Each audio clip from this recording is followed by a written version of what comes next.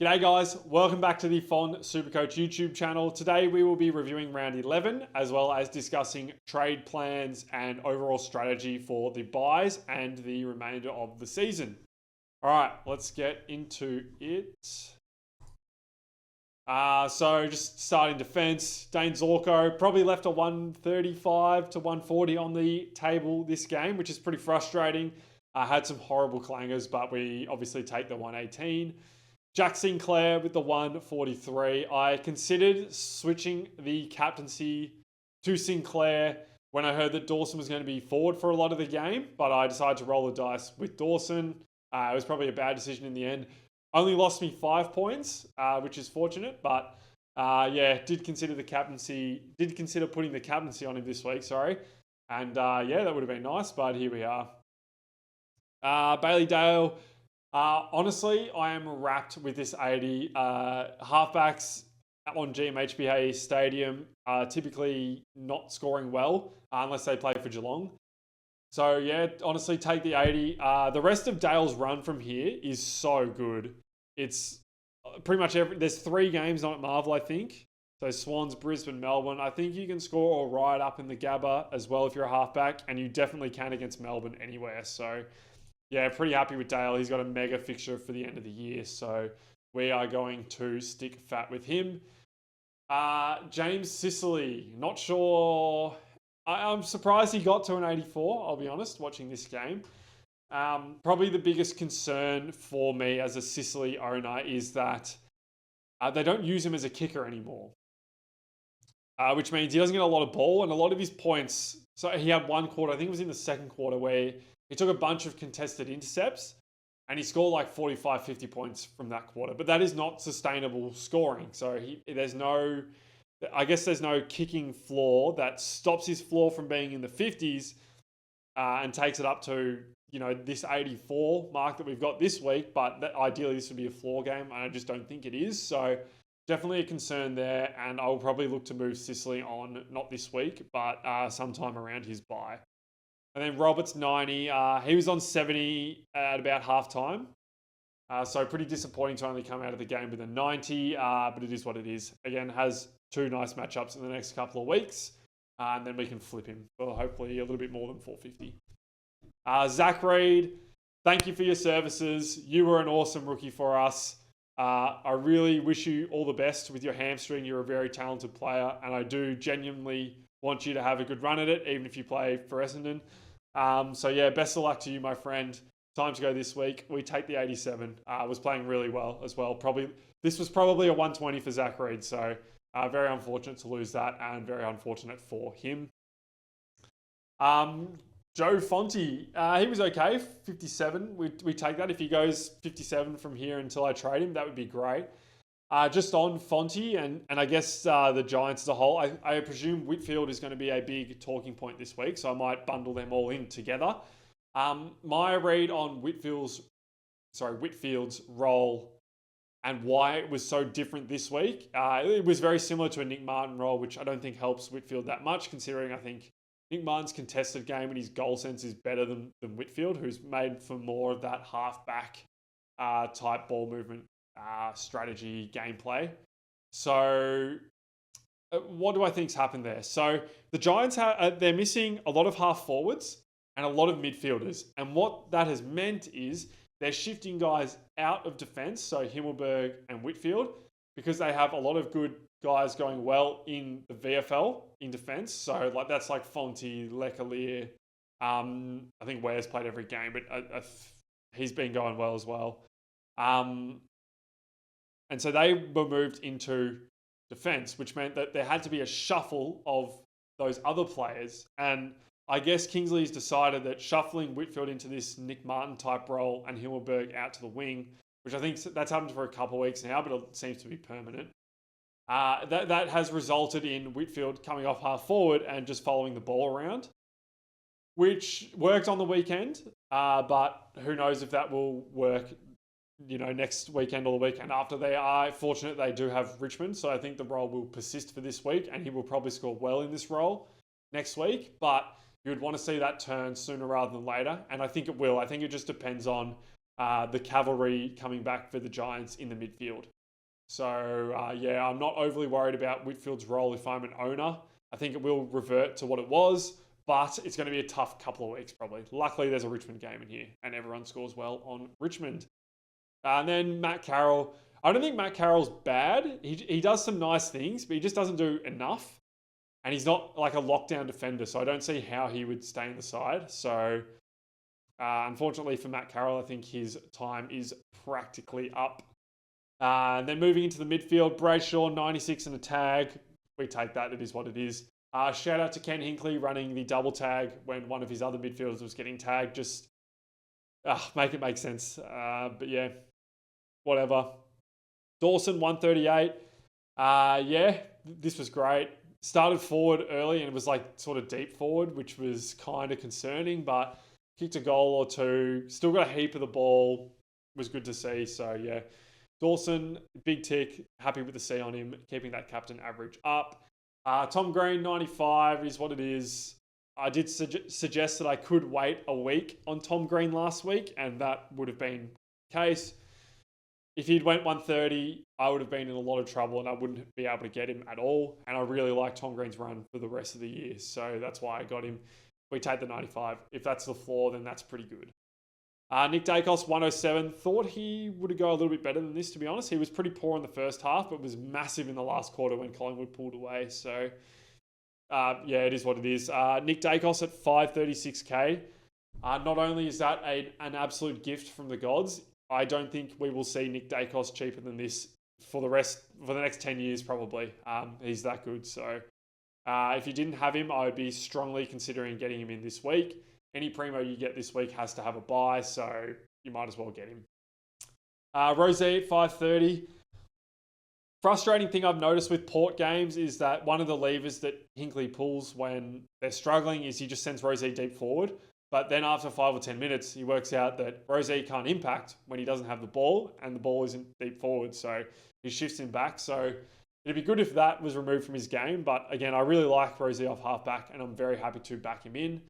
I think he'll go well in the back end. I don't know what Port's run looks like, but it's probably not great given they finished top 4 last year. We got GWS, but then Melbourne, Sydney, Carlton. Yeah, it's not too bad. There's a West Coast in here. Adelaide's good for halfbacks. Yeah, it's probably not too bad for halfbacks. So hopefully that role persists. And then Isaac Rankin, 87, just has had a mare of it with some clangers in front of goal, particularly the last couple of weeks. It is what it is. I will note that Berry playing full games is probably not great for Rankin and Dawson. They are losing their midfield roles a little bit, so that is frustrating. I don't know if something is going to change regarding that. I have noticed that Rochelle is still getting a lot of CBAs, and I don't know if that's just Adelaide is winning, so they're going to expose him in games that they're winning or not, but fingers crossed Dawson and Rankin can get a few more of those centre bounces back. Adam Chera, 122. I kind of want to keep Chera at the moment. He's scoring quite well, doing a lot of the in and under stuff and is efficient at it. So, yeah, pretty happy with Chera. He's going well. And I'm kind of, as I say, interested in keeping him past his bye because, I mean, his fixture after his bye is so good. I don't think anyone can see. I know you can see this. So we got Essendon, West Coast North. Like, that's just a dream fixture. And then, like, maybe a flip here. But, yeah, I'm not sure. But, yeah, Chera going very well, and he's going to get to 550, 560k probably with that run. So that is excellent. Xavier Lindsay, 80 on the MCG. Just Xavier gets it done at the MCG. So that was great to see. Part of that big Melbourne win, which as a supporter, I was very wrapped with. So yeah, that was good. And he was great. So I don't know. I can't remember what the wings are like at TIO Traeger. It might not be a great week for him, but I'm guessing that every owner has to field him this week. So we're going to go with it. Moraes, 55. I think he had a better fantasy output in this game, so that's slightly promising, I guess. Hopefully he holds his spot after the bye because I would like him to make a little bit more money with this break-even of 9. Huswaite, I don't think we're ever going to see him again, although I could see Cam McKenzie getting a rest this week because it looks like his hand is affecting him, so who knows. And then Gross scoring an 8. McQualter, you were right. I was wrong. Shocker, the AFL coach knows better than me, but looks like Tom Gross is not up to full games, and I think he was playing mostly deep forward, so at least we get a little bit of DPP here, but I think he will probably spend a bit of time in the waffle from here on out. Into the rucks, Max Gorn, 153. I thought Grundy would go a little bit better in this game and might restrict him a bit, hence why I didn't use the captaincy on him, but he went really well. It was terrific. The Swans kept kicking it to him, so that's generally a good thing for Big Max. And then Tristan Cherry, I learnt a very valuable lesson with this Collingwood North game, and that is if you own Tristan Cherry, you have to have the VC or C on him, because he was at 90 at half time, and it was looking like I was going to get stung for a 160 as a captaincy score that I not only own, but then would miss the captaincy score. Obviously, at least you own, but there is a lot of Cherry owners, so hitting those captains is very important. I was lucky. He finished on 126. I don't think he scored in the third quarter, so yeah, very fortunate for me. Boyd never plays. Into the forwards. I guess I'll talk about De Koning first. He landed like really hard on his back or like glute at some point. And after that, he just looked sore and he looked like he was really labouring through the rest of the game. So that was unfortunate to see. Thought Briggs would be a good matchup. As previously established, the Carlton run is pretty good. Obviously, North is not as good a matchup for Ruckman because of big Tristan Cherry. But I think De Koning's fine. I'm going to hold him. So yeah, he'll be good. He's got Richmond and West Coast coming up as well as Essendon, so he'll bounce back. Bailey Smith, it sounds like he may not play this week, which is unfortunate because we've got a couple of injuries in the bye round that we really need. Those I'm referring to are Reid, Smith and Simpson, so that is very unfortunate. But yeah, it is what it is. 118, we take that. He's smashing it this season, so he's been a very good pick. Petrarca, 125. Yeah, he was really good. Petrarca scores well when Melbourne win and win well, so it makes sense that he scored well, so that was good to see. Marich, I think I can confidently say that of every player in Supercoach I've owned that is worth more than 400k, this is the worst game I've seen. He was woeful. I only watched the first half because I went to the Melbourne-Sydney game, but yeah, he was woeful, just clangers, couldn't defend. Like it's a massive problem because I would have loved to have been able to hold him this week, but I think holding him he's gonna break even at 154. So even if he goes 94, he's still losing 26k, and I'm not very confident against Geelong. So yeah, that's a problem that I have to deal with this week, which is unfortunate. Caleb Daniel, 97. Yeah, he was fine. I'm still concerned about Daniel going forward. I think Hardiman showed enough, and I know that Archer's going to come back and Ford's going well in the VFL, that I'm just concerned that a guy who's not carving teams up by foot and doesn't defend at all is not going to hold his spot in a team that's massive issue is getting defensive buy-in from the playing group. So I'm not sure with Daniel. I'd rather get on the front foot and flip him. I would have loved to have flipped him a couple of weeks ago when his price tanked. But obviously I could not. It is what it is.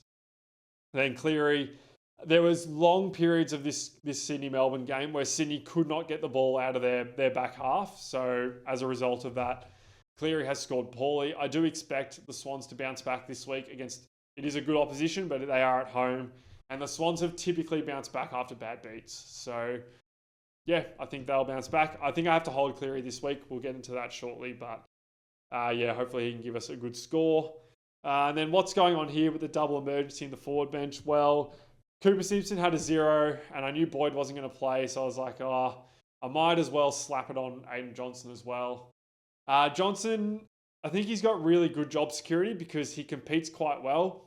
He takes the pinch-hitting ruck contests for Max Gawn, but he just doesn't get involved in the scoring chain, so he doesn't score, which is really what key forwards need to score. They need either contested marks or like score involvements, and he's getting none of those. He isn't kicking goals himself.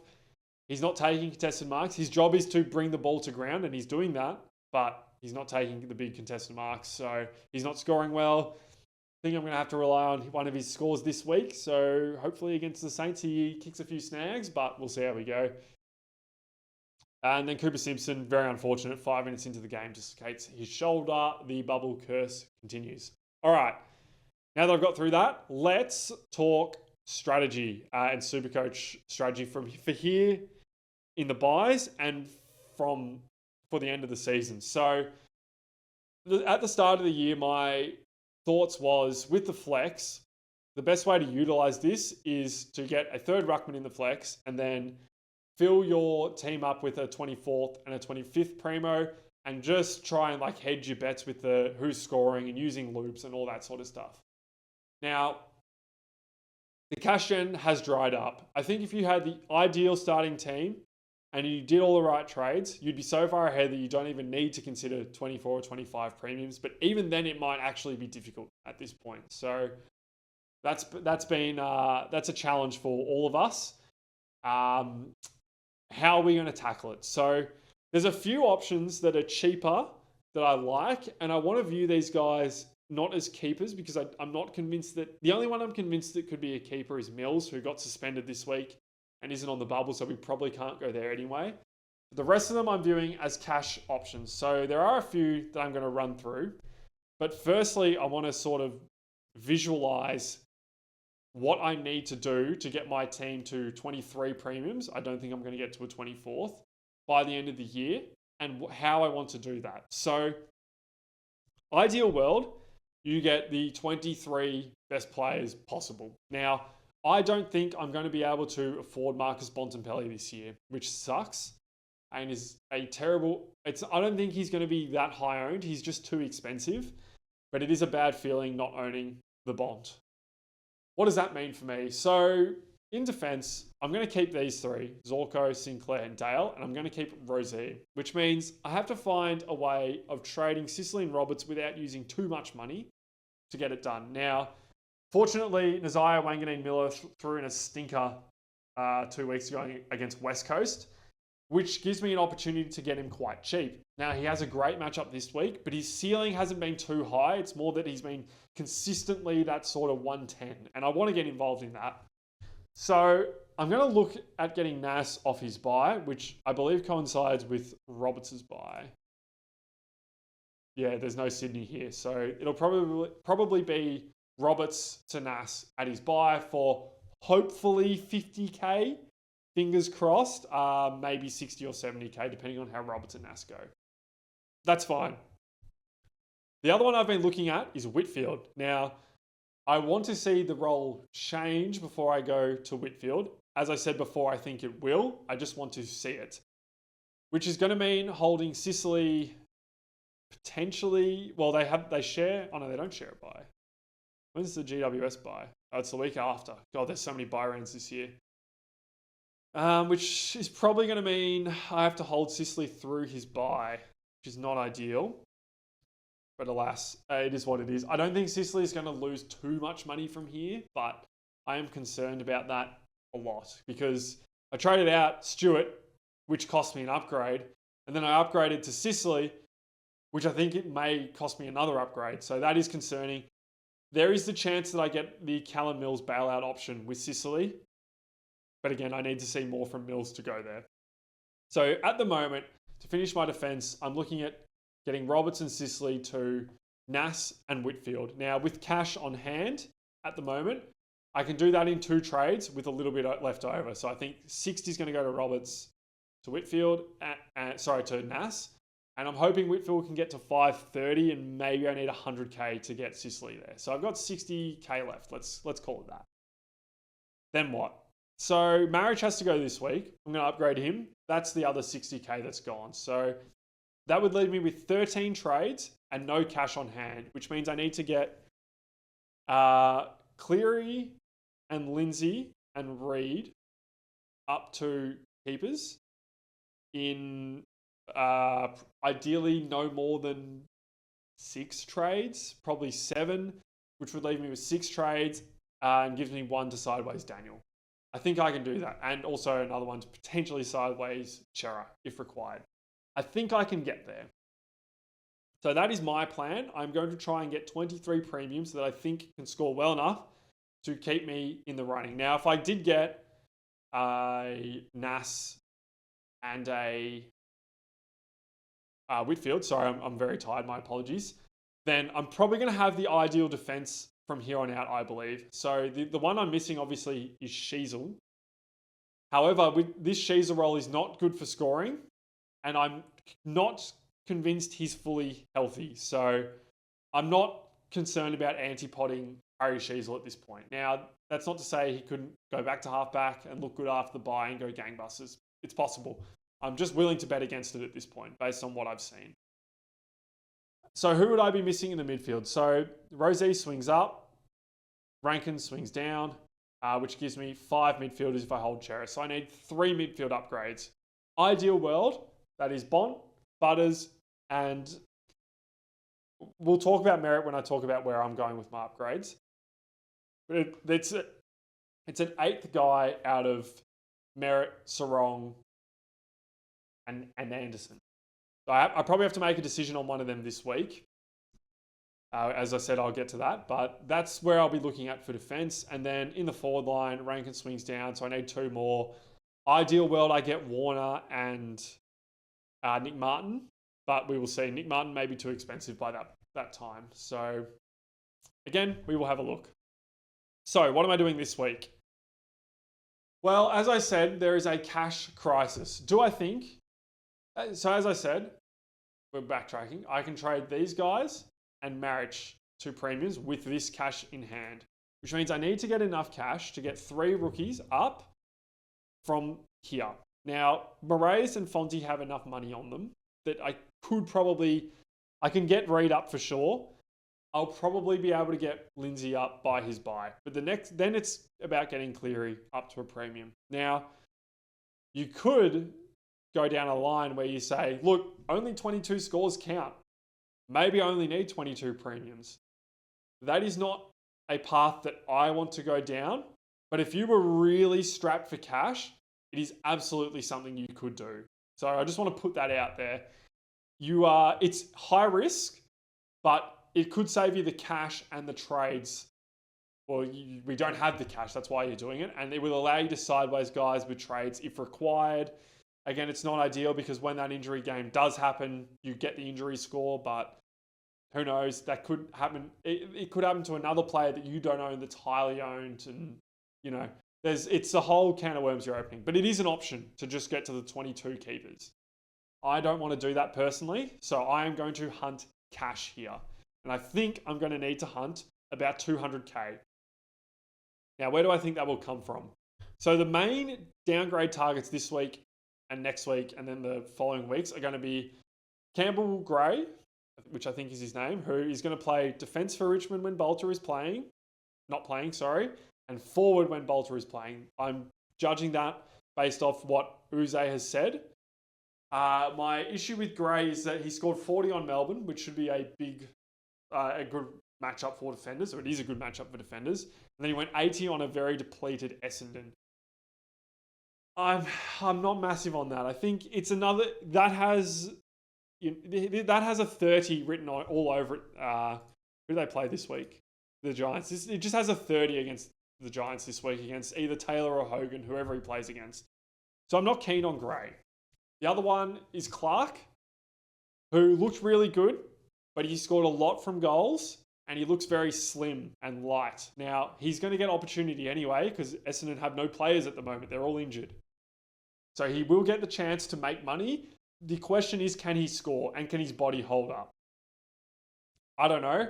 I want to deal with that next week. I want another look at Clark. The other options are mid-season draftees. The mid-season draft is this week. Essendon has gotten approval from the AFL to play a mid-season draftee this week. The question is, are we going to get a mid-season draftee who is going to be capable of making cash? We've had Jai Newcomb in the past. He's the main one I can think of. There have been others who have made cash. We may get an Essendon ruckman. Who knows?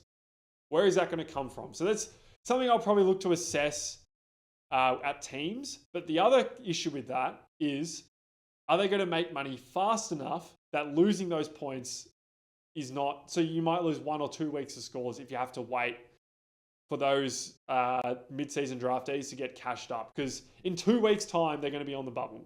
If they play this weekend, which is unlikely. So in 3 weeks' time, they're going to be on the bubble. We're at round 14 by then. A lot of teams are going to be fully upgraded. Do I want to wait that long? Probably not. So what's my solution to fast cash? Let's get into trades. Firstly, Zach Reed, thank you for your services. As I spoke before, I had to make a decision on Anderson, Sarong, or Merritt this week. So let's assess them. What's Bond's break even? 136. Never getting him. So Zach Merritt. We're looking at the fixture from here. Obviously, he's beaten up on 2 bad teams so far, an insipid Melbourne and Adelaide, that's a good beat up, to be fair. He was terrific in this game. Could have scored a lot more in a better side. So where do his points come from here? I'm expecting him not to get attention against Brisbane. Brisbane have stopped doing that. Probably a good score. Carlton, same thing. Probably a good score. Geelong is a guaranteed tag, in my opinion. That would dictate it. I think O'Sheen Mullen is a good matchup for him, so he will probably go there. So we got a tag game here. And I don't expect these to be massive, but I expect them to be, 115. So tag game, if you just play these 3 games, wouldn't be going there. Fremantle, who knows? They have been using Wagner as a tagger a little bit. I don't know if that is because Hayden Young is out and they're using their resources more differently. I'm unsure. Could be a tag game. Not sure. Gold Coast won't be. Richmond will be a fill-up. So will Gold Coast, to be honest. GWS, probably a guaranteed tag, is what it is. Western Bulldogs, they blasted the Bombers last time. They will probably do it again this time. And Merritt scored a 65. That's going to be a bad matchup. Sydney, tag. Geelong, tag. Saints, maybe. And then Carlton, no. So I could safely say that there's 1, 2, 3, 4, 5 potentially good scoring games from here. Out of, I think it's 11 left. I don't want anything to do with that. Also, Merritt plays... Oh, no, he plays the full amount of games. He plays an extra game that doesn't count. So that's not relevant. So I don't love Merritt here, is what I'm trying to say. The next one is Sarong. Now, I think I have to get 2 of these guys. And I'll spoil it. It won't be Merritt, I don't think. I'm going to anti-pod him because I think a lot are going to get Merritt this week. So Sarong. So far, he's had 1 bad game, which is in a shellacking against the Saints. He's actually gone all right. 106 is not too bad. The tags are now going to Brayshaw. And if you look at Fremantle's fixture, Gold Coast is a good matchup. North is a good matchup. Essendon is a good matchup. St Kilda at Optus is probably a good matchup. Sydney, likely to send Jordan to Brayshaw. Hawthorn, not tagging at the moment. Probably a decent matchup at Optus. Collingwood is a good matchup. West Coast is definitely a good matchup. Carlton should be okay. Port may tag again. Probably not great. Brisbane should be okay matchup. He's gone well on Brisbane before. And then the Dogs, for some reason, he always goes well against them. That is a lot of very favourable matchups for a guy who I think is starting to turn his form around a little bit. So that is why I'm very interested in Caleb Sarong this week. The other one is Noah Anderson at 560k. Ooh, break even of 69. So my issue with Anderson is that he may get tagged this week, but he definitely will the next 3, which is why I don't want to go for Anderson at the moment. I'm interested in Anderson after this Melbourne game. Very interested. But these 3, I don't want because these are going to be tough games for him. So, that being said, also Anderson's run after that is very good. I just want to point that out. That being said, we're going Caleb Sarong. So we're going to lock that one in. So there's an upgrade down. Easy enough. Now then, I need to get to making some cash. So Marriage has to go because of this awful break even.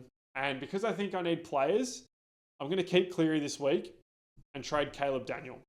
Now, I want to preface what I'm about to do with, I am not recommending anyone else do this. I am making a risky, fun play that I'm hoping pays off. And I may revise before the start of the round on Thursday. So what am I intending on doing? Toby Green. Now, this is going to look like point chasing, but I'm going to explain my logic here. So firstly, low break even, massive tick. Secondly, he has Richmond this week, massive tick. And then he has Port at home, another massive tick. I wanted to get him to his bye. Brisbane, probably not a great game. Gold Coast could be a great game at home. Why do I think this pick has the propensity to work? So with all the GWS outs in the midfield and the half forward line, they've moved Toby Green into the midfield more. Now, for those who don't remember, Toby Green started his career as a very good midfielder, and he can clearly score in the role as he did on the weekend. So that is why I'm willing to go there. I do also like the matchups. So Richmond is a good matchup. I don't think Port will tag him. They may send Bergman there, which would be very bad for me, but I'm willing to roll the dice. He won't lose money in that case. Brisbane, probably an okay matchup. Maybe not great. Who knows? And then I think Gold Coast should be. You would think I'd be inclined to hold for West Coast after that, but I'm probably not going to. I'll just look to upgrade from there. Now, if he goes 150 here, 115, which is within the realm of possibility against Richmond, he's going to make a lot of money. They're projecting he goes 70, which would make him 21k. So a 115 is going to make him about 33k. So all of a sudden, I've got a 400k player. I've made 33k. A good game against Port is probably going to make him another 30k. All of a sudden, I've made 60k. Then if he just gets through the Brisbane game, I've probably made 80k. I would be wrapped with 80k from Toby Green. So that's what we're going for. Some points on field, cheap cover. He has had premium scoring history before, not so much as a forward, but I think the stars are aligning for this to work for a few weeks, and that's all I need. Again, I'm not recommending it for anyone else. The other player I'm going for is Kai Lohmann. Why am I going for Kai Lohmann? Well, he's 224k. He's lost 150k. But he has a very good chance of turning that around this week against a very depleted Essendon before a couple of tougher matchups, but one of them is at home against the Giants. And then Geelong's probably not great. But if he can start spitting out 60s after a good game against Essendon, he is going to score well enough to make enough money. I probably only need 80 or 100k out of him. That would be great. On hindsight, I don't love the run. So again, I may bail, but this is what I've landed on so far for this week. I'm going to lock these in. And we saw last year that Lohmann can score as well. He has that potential. So this is what I'm going with this week. Let's set the team up for the round and let's talk captains. Sure, maybe Gross plays. All right, captains, vice captains. So Cherry's not playing, so can't use him. If I had Dunkley or Neil, I would be locking this game in. Probably straight C for either of them, to be honest. Dacos against Hawthorn, I'm probably going to give that a miss. I could look at Sarong or Anderson against the Suns. I would be very open to that. The other one I like is Tom or Toby Green against Richmond, which I may go there. And then the other ones I like are Melbourne players against St Kilda. I also like the St Kilda defenders against Melbourne. And then Smith if he gets up against West Coast. I don't want to bet on that, so I'm not going to go there. So I think where I'm going to go is I'm going to go Brayshaw into Big Max, who towed up Marshall last time. Also, if you had Marshall last week, that was brutal. Whew.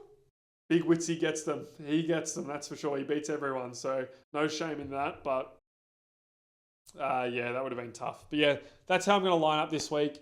Let me know in the comments below who you are looking to target with your trades, your captains, your vice captains. Let me know how you went, all that good stuff. And I will see you guys next week. Bye, guys.